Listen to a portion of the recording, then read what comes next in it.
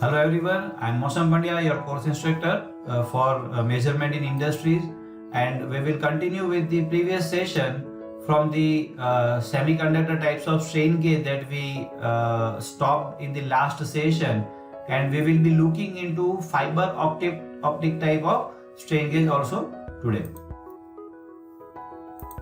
So let us have recap very quickly what we did in the last session, that is wire wound resistive strain gauge, bonded and unbonded, and the metal foil resistive strain gauge, and this was the schematics and some pictures we saw with the understanding of the strain gauge configurations. And where we stopped last time, so this was the semiconductor type strain gauge that I talked little bit about that, and the one very crucial word, piezoresistivity, where semiconductor type of material, when they are stressed or their stress is applied, then their resistivity will be changed, and this typical characteristic is known as piezoresistivity, and this will be utilized to sense the stresses, specifically dynamic kind of measurement. See, in the previous all strategies we saw that was a static measurement where a simple change of the resistance was done because of the application of stress. Now what if dynamic or varying kind of stress? So this is the better strategy, and in addition to that, we will see the optical type of strain gauge that is also very useful when we talk about the dynamic changes. And this was the configuration or schematic that we saw with the coloring nomenclature that we have used here: P-type silicon, N-type silicon, and polyimide film, basically bakelite plastic, the pin, gold wire, aluminum, etc. So see here, this is the basic configuration, where once again this is the two-dimensional version of the semiconductor strain gauge, where semiconductor material and gold wire, because gold wire has a very good gauge factor with respect to the stress measurement and strain measurement idea, and so that's why it is used for connections to the outer terminal. And these semiconductors are so minute, they are very small in the size. As I explained in the previous session, that metal foil was so small that it can be fixed on your nail also. So what is the basic process? A rectangular filament made as a wafer, like this, a semiconductor wafer of say approximately 150 micrometer, from it may be silicon, it may be germanium. Okay, and keep in mind, these are the pure semiconductor, silicon and germanium crystals, and we add boron for the deposition, for doping purpose. And once again, plastic or stainless steel, here we are using plastic, I say polyimide or bakelite material as a backing. And once again, leads are made up of gold drawn out from the sensing element. And types, basically two types. As we always talk about semiconductor, we'll be having two choices, P-type and N-type usually. So negative or N-type semiconductor strain gauge, positive or P-type semiconductor strain gauge. So if we talk about say N-type, that there it's a negative temperature coefficient kind of thing. We can analogy make an analogy here. Resistance strain gauge of a negative type will decrease the resistance when tensile strain is applied. Here we talk about with respect to the tensile strain reference. Let me go back a little bit. And positive type of strain gauge, where tensile strain is applied and resistance will increase, and that is basically depending upon the type of semiconductor that we are choosing. So here you see the actual scale of the work, and I have shown you the specimens, actual specimens when it is actually prepared. Here you can see the size of semiconductor sensitive resistor, where it is fixed. Even it is smaller than the connecting wires and leads. Okay, so you please observe this very carefully, how gold wire is connected to the semiconductive sensitive resistor and fixed on the polyimide film. So let us try to establish step-by-step formation that you can draw in the examination, or you can write down those points also that we saw in the previous slides. So once again, let us remember the colors that we are using for the layers in the semiconductor. So very first of all, let us take a silicon wafer of say 150 micrometer thickness or kind of thing. And boron implementation. Boron here, that's a P type of semiconductor doping. It is being doped in the silicon wafer. Then aluminum deposition is done for making a layer, and then we will be making a pattern of aluminum. Then silicon pattern is generated. The boron implemented part is matched with aluminum patterning, and outside etching is done, polishing backside and etching backside. Our major concentration is of step number 2, 3, 4 and 5. See, etching process and polishing, these are actually some mechanical process, but here we have to see how actually one semiconductor layer is prepared. This is very meticulous and very micro level process, and how finally our semiconductor strain gauge will look like. And I had shown you the actual version. So here we say piezo resistor or say piezo resistivity, what we are using, and now it is ready for us, and we can use it for some measurement of the stress and strain. So what are the advantages? Very small size, high gauge factor. I hope you remember gauge factor. Then low hysteresis. Then a very good frequency response that comforts with the AC measurement. See, in the previous sessions, we saw that Wheatstone bridge was used and we were using a DC supply of 5 to 10 volts. Here you can use it with the AC measurement. And disadvantage is temperature sensitivity. As we know, the material is very small in size, and semiconductors are temperature sensitive material, and the non-linear characteristics. But anyways, this can be compensated by adding another strain gauge in series or parallel, and we can overcome these disadvantages. Next is fiber optic strain gauge. Which is actually known as FOS or FBGS. The optical strain gauge is actually designed differently than the conventional fiber optic strain gauge. It is not like that we took one light and we took one pipe and we just measuring the strain or station, but it has little bit different pattern.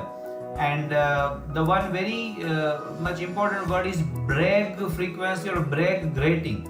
Fiber Bragg grating. You remember it is FBG, and this will create interference. Like it is like you can say we have. Okay, so it can be. Let me show you this. So this kind of 1, 2, 3, 4, 5. This grating here, it is created inside the fiber optic space that we are using to sense the stress and strain. So this kind of grating is created, and extremely long glass cylinder, very thin, and it will behave like a window through the cylindrical fiber is getting into that, and a light is passing, and now that light will be reflected or passed through certain wavelength. We are talking about wavelength, and that reflection will decide the amount of strain, because it will be disturbed by, or it will be changed by the presence of strain. And as I said, FBG, this Bragg grating will change its shape due to the application of strain. And say for example, if it is in tension, then it will experience positive strain, and vice versa. When it is compressed, the gap shortens and strain is negative. Let us see how actually it looks like. The broadband light is inserted, and you see the application of external strain, this big arrow, and here the grating is now RW. RW is reflected wavelength, and reflected light from the core. See, this is transmitted light, say in the direction of these arrows, and the different colors in the arrow is looking like rainbow, but it's not rainbow. It is the different frequencies of the light, and out of that you here see the green color is being reflected back. So before application of tension and after application of tension, that is reflected. It has got difference, and this blue one is that was before and after. And here in the FBG2, that is, we do not observe right now change, because strain is applied here on the first specimen. Here FBG1 you observe where strain is applied, here no strain is applied, so this difference will be observed, and here epsilon strain and the time. So basically when we talk about the time element, our measurement becomes dynamic. So it is very much useful for the dynamics. So you should remember that somebody asked you somewhere in the interview or somewhere in MCQ, which strategy can be utilized for making dynamic measurement of the strain, then you should use fiber optic strain gauge. This is one of the very popular strategy being used nowadays in sophisticated measurements. And the actual strain gauge will be looking like this vertical portion you see here, and the grating I have shown here, and that grating is matched with this fiber optic, which will actually change. This is input light. I am showing once again with respect to lambda. Lambda is actually related to the wavelength. Wavelength, it is related to the time.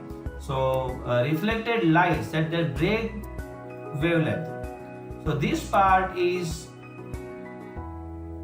reflected, and that remaining part will not be reflected. So this gap you can observe here, and this is in turn will be giving you the strain presence, and this intensity will give you the actually amount of the strain. Okay, so dynamically it can vary across the axis. And once again the practically implementation of this optical strain gauge, and here you see the first diagram in the upper portion of the screen. This column beam, this is the beam, this violet color we indicate as a beam, and as and when the column beam is going under stressed position, say tension or compression, that will actually be sensed by this fiber optical with the FBG arrangement, and will be giving you the particulars. And the entire practical arrangement is shown here. This limit disc fixtures are there, and metal shell are there, and see, this is very sensitive area, so it should be having very robust kind of cover. So the protection is required, and within this the optical fiber is kept for the measurement. Now with this we will be going with one more animation. We will try to understand how actually it works, FOS or FB. Okay, so we see here FBG concept and how actually it looks like, and this is the area where grating is applied. The magnified view you can see typically say 8 mm and the grating space, and here you can see cladding, core and coating. So these are the three layers of the cable, and as incident spectrum light is passing through, under no stress there will be no change, and a particular reflected spectrum is going back. Now strain sensing, say tension or compression. Now you observe the position of the reflected spectrum which is moving with respect to application of strain. Very well you can observe here. And strain with respect to time, you see dynamic measurement is possible here. I am repeating the word dynamic measurement, so you have to be very clear when to use static and dynamic. And another parameter that you can use, say actually we are talking about stress and strain, but we have temperature sensing element can be here. We can make it for the temperature measurement also, and the reflection of the particular wavelength can be termed in terms of temperature with respect to time, dynamic measurement. So this is what I tried to add you here. And you see the pattern of the variation in the temperature, and with respect to time how you get the readings or results.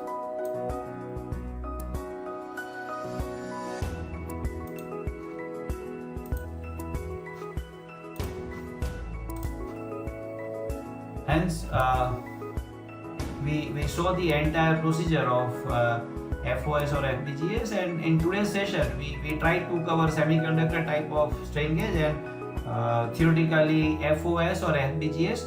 These are the very important topics as per your exam point of view as well. See, our motive is to learn and to understand the instrumentation strategies for the industries, but as it comes to the examination, you should remember the certain ideas and concept. So I hope the two topics are clear to you. Still, in case if you have any doubt, you can write down to this email, and we will be joining you in the next session of the measurement in industry with some more few topics. Thank you so much.